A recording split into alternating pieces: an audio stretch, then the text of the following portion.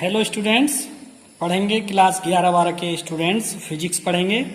Lesson 4 ही आपका भी चल रहा है। देखिए, तो क्वेश्चन आपका बनता है टोरॉइड क्या है। धारावाही टोरॉइड के कारण उत्पन्न चुंबकीय क्षेत्र के लिए व्यंजक प्राप्त कीजिए। ठीक है, तो टोरॉइड क्या होता है? ये एक बंद वलय होता है। वलय का मतलब एक छल्ला होता है, ठीक है, के रूप में मोड़ी गई लंबी परिनालिका को टोरॉइड कहते हैं। जैसे एक छल्ला बना दिया है लंबाई में मोड़ के, और उस छल्ले के चारों तरफ तांबे के तार लपेट दिए गए हैं। देखिए, ये टोरॉइड है आपके सामने। इस टोरॉइड के चारों तरफ ये तार लिपटे हुए हैं इस प्रकार से चारों तरफ, और लास्ट में तार के सिरे निकाल दिए गए हैं बाहर को धारा प्रवाहित करने के लिए। तो एक बंद वलय के रूप में मोड़ी गई लंबी परिनालिका को टोरॉइड कहते हैं। अब हम सिद्ध करेंगे टोरॉइड के कारण उत्पन्न चुंबकीय क्षेत्र। माना टोरॉइड की प्रति एकांक लंबाई में फेरों की संख्या n है, यानी कि एकांक का मतलब कहीं एक ले ली है, एक लंबाई में फेरों की संख्या n है, तथा इसमें प्रवाहित धारा I है। धारा प्रवाह के कारण टोरॉइड के अंदर एक चुंबकीय क्षेत्र उत्पन्न हो जाता है। जब इस टोरॉइड के तारों में धारा प्रवाहित करते हैं यहां से, तो वो धारा इस टोरॉइड में प्रवाहित होने लगती है। प्रत्येक वृत्तीय पथ पर चुंबकीय क्षेत्र व दिशा समान दिशा में होती है, यानी कि प्रत्येक पथ पर ऐसे ये जो धारा चल रही है इस प्रकार से, इसमें चुंबकीय क्षेत्र और उसकी दिशा हर एक पथ पर समान रहेगी। तो इसकी पहली कंडीशन है, देखिए आप बड़े ध्यान से समझेंगे। पहले मैंने एक क्वेश्चन समझाया था आपको, लेकिन वो काट दिया गया है सिलेबस में। ये वाला, ये कोई गोलीय कोश है, वैद्युत फ्लक्स यानी गॉस की प्रमेय की सहायता से इस पर वैद्युत क्षेत्र की तीव्रता ज्ञात करनी थी। तो इसकी 3 कंडीशन थी। एक तो पृष्ठ पर r दूरी पर, तो वैद्युत क्षेत्र की तीव्रता आई थी 1/4πε0 Q/r²। ये था पृष्ठ पर, ये है पृष्ठ पर। उसके बाद भीतर क्या है? भीतर चुंबकीय क्षेत्र की तीव्रता 0 होती थी। उसके बाद केंद्र से बाहर यहां पर 3 कंडीशन होती थी, लेकिन ये सिलेबस से काट दिया गया है। इसी प्रकार से अब इसमें टोरॉइड है, तो टोरॉइड में भी इसी प्रकार से है। टोरॉइड की किरोड के भीतर चुंबकीय क्षेत्र का मान ज्ञात करना है। किरोड के भीतर चुंबकीय क्षेत्र की तीव्रता का मान ज्ञात करना है। तो देखिए, टोरॉइड किरोड द्वारा परिबद्ध भीतर स्थान में केंद्र से r दूरी पर एक बिंदु P है। तो इसके केंद्र से यहां से देखिए चित्र में, केंद्र O से r दूरी पर कोई बिंदु P है जहां हमें चुंबकीय क्षेत्र की तीव्रता ज्ञात करनी है। ठीक है, जहां चुंबकीय क्षेत्र की तीव्रता हमें ज्ञात करनी है। अतः इसके लिए हम टोरॉइड के संकेंद्रीय r त्रिज्या का वृत्तीय पथ की कल्पना करते हैं। यानी कि हम इसके चारों तरफ, जब ये r है तो हम इसके चारों तरफ एक वृत्तीय पथ की कल्पना और करते हैं। एक वृत्त तो ये हो गया, और एक वृत्तीय पथ की कल्पना और करते हैं। इस वृत्तीय पथ पर चुंबकीय क्षेत्र B तथा डेल्टा L दोनों समान दिशा में होंगे, यानी कि एकांक लंबाई और चुंबकीय क्षेत्र ये दोनों समान दिशा में होंगे। ठीक है, तब क्या होगा? जैसे गॉस की प्रमेय होती थी, देखिए बड़ा आसान है। गॉस की प्रमेय क्या होती थी? किसी बंद पृष्ठ से गुजरने वाला वैद्युत फ्लक्स E, और ये होता था dA बंद फ्लक्स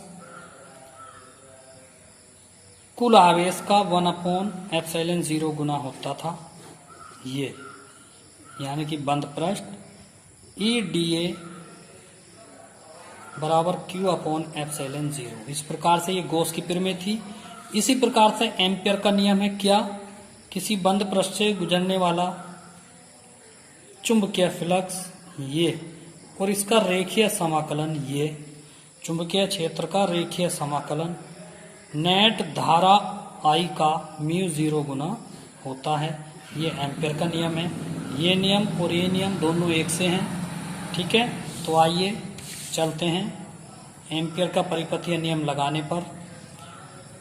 चुंबकीय क्षेत्र का रेखीय समाकलन, इसको जो बोला जाएगा ये समाकलन है, ये बंद पृष्ठ है, ये चुंबकीय क्षेत्र है, ये रेखीय है। रेखीय समाकलन बराबर नेट धारा I0 का म्यू 0 गुना होता है। समीकरण नंबर 1।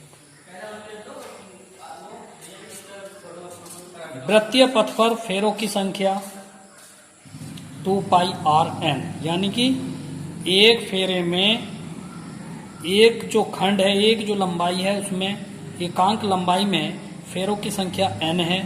तो पूरे वृत्त में कितनी हो गई? 2πrn, यानी कि पूरे वृत्त का मतलब है, आइए समझिए भाई, यहां से यहां तक है तो एक फेरा यहां तक आ रहा है इसका, यहां फेरों की संख्या n है। तो पूरे वृत्त में कितनी हो गई? तो पूरा वृत्त किस प्रकार का होता है? पूरे वृत्त की अगर बात करें तो पूरे वृत्त की लंबाई हो जाती है परिधि, यानी कि 2πr। तो एक में तो है n, तो पूरे वृत्त में कितनी हो गई? 2πrn, इस प्रकार से, ठीक है। तो संख्या हो गई 2πrn। तो कुल धारा कितनी हो गई? एक फेरे में धारा I है, एक फेरे में धारा है I, तो 2πrn फेरों में, इतने फेरे हो गए, इतने फेरों में धारा कितनी होगी? I0 बराबर नेट धारा I0 से प्रदर्शित करेंगे 2πrni, ये होगी, ठीक है। तो यही रखा है, देखिए 2πrni, इसे I0 से प्रदर्शित करेंगे नेट धारा को, कुल धारा को। वृत्तीय पथ का रेखीय समाकलन कितना होगा? ये देखिए रेखीय समाकलन होगा, आइए करेंगे।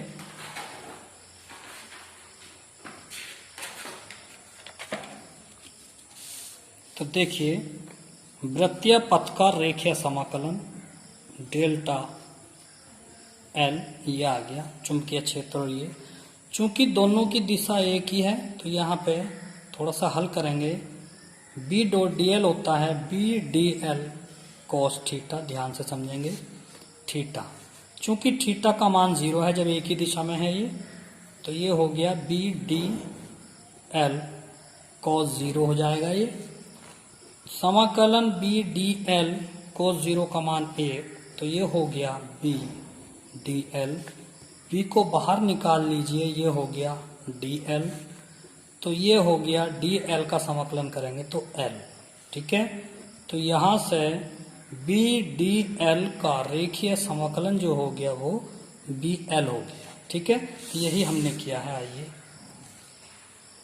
देखिए, ये सबको जो लाइन मैंने इस प्रकार से बढ़ाई थी तो वो ऐसे लंबी लंबी हो रही है, ठीक है। B dl, तो B बाहर निकालिए, dl ये आ गया समीकरण 2। अब समीकरण 1 व 2 से देखिए, B dl बराबर हो गया म्यू 0 I, यानी कि ये भी B dl है, ये भी B dl है, ये वाला मान आया, तो ये और ये आपस में बराबर रख देंगे, ठीक। परंतु I0 जो है, I0 का मान रखेंगे 2πrni यहाँ से, ये यहाँ, और dl का मान 2πr, यानी dl क्या है? वृत्त का एक टुकड़ा, वृत्त के सारे टुकड़ों को जोड़ दीजिए तो वो पूरा वृत्त बन जाता है। तो ये हो गया 2πr। तो b इंटू 2πr बराबर म्यू 0 2πrni, 2πr से 2πr कट गया, तो यहाँ हो गया b बराबर म्यू 0 ni, समीकरण 3 हो गई है। यदि फेरों की कुल संख्या n हो तो n बराबर 2πrn, यानी बड़ा n बराबर, ये छोटा n बराबर हो गया n बटे 2πr। तो b बराबर रखेंगे म्यू 0, छोटे n का मान रख दिया n बटे 2πr, ये आपका सिद्ध हो गया। यदि टोराइड की माध्य परिधि L हो तो, यानी कि पूरी परिधि L हो गई, तो B बराबर हो गया म्यू 0 ni बटे L, आंसर। नेक्स्ट क्वेश्चन है आपका, क्वेश्चन नहीं है, इसका पहला पॉइंट था ये। अब इसका दूसरा पॉइंट देखेंगे। दूसरा पॉइंट है टोराइड द्वारा घिरे रिक्त स्थान में, जो रिक्त स्थान है उसमें चुंबकीय क्षेत्र। तो देखिए टोराइड द्वारा घिरे रिक्त स्थान के लिए r त्रिज्या के किसी वृत्तीय पथ द्वारा परिबद्ध नहीं होती है, वृत्तीय पथ पर धारा परिबद्ध नहीं होती है। अतः उस वृत्तीय पथ के लिए एम्पियर के नियम से B dl बराबर म्यू 0 I, परंतु I का मान तो 0 होगा, रिक्त स्थान में धारा होती नहीं है, तो ये आ गया 0। अतः टोरॉइड द्वारा घिरे रिक्त स्थान में चुंबकीय क्षेत्र का मान 0 होता है। ठीक है। थर्ड पॉइंट है इसका, टोरॉइड के बाहर रिक्त स्थान में चुंबकीय क्षेत्र। तो बाहर भी देख लीजिए, माना टोरॉइड के बाहर रिक्त स्थान में R2 यानी कि R2 बड़ा है R1 से, त्रिज्यीय वृत्तीय पथ पर जो कि टोरॉइड के समकेंद्रीय है, इस वृत्तीय पथ पर परिबद्ध क्षेत्रफल प्रत्येक फेरा 2 बार गुजरता है, जिनमें प्रत्येक प्रवाहित धारा का मान समान तथा दिशाएं विपरीत होती हैं। अतः वृत्तीय पथ पर परिबद्ध परिणामी धारा 0 होती है। जब दिशा विपरीत हो गई तो धारा भी 0 हो गई। एक तरफ धारा प्लस, एक तरफ धारा माइनस, जब आपस में जुड़ेंगी तो ये माइनस हो जाएंगी, वो 0 हो जाएंगी। ठीक है। अतः BDL म्यू 0I, फिर इसी प्रकार से I का मान 0 हो गया तो ये आ गया। अतः टोरॉइड के अंदर रिक्त स्थान में चुंबकीय क्षेत्र भी 0 होता है। ठीक है। नेक्स्ट क्वेश्चन आपका आएगा, 2 समांतर धारावाही ऋजु रेखीय तारों के बीच लगने वाले बल के सूत्र F/L बराबर म्यू 0I1I2/2πr का निगमन कीजिए तथा यह बल तारों के बीच की दूरी पर किस प्रकार निर्भर करता है। इस क्वेश्चन को हम कल कराएंगे। आज के लिए इतना ही काफी है। Thank you.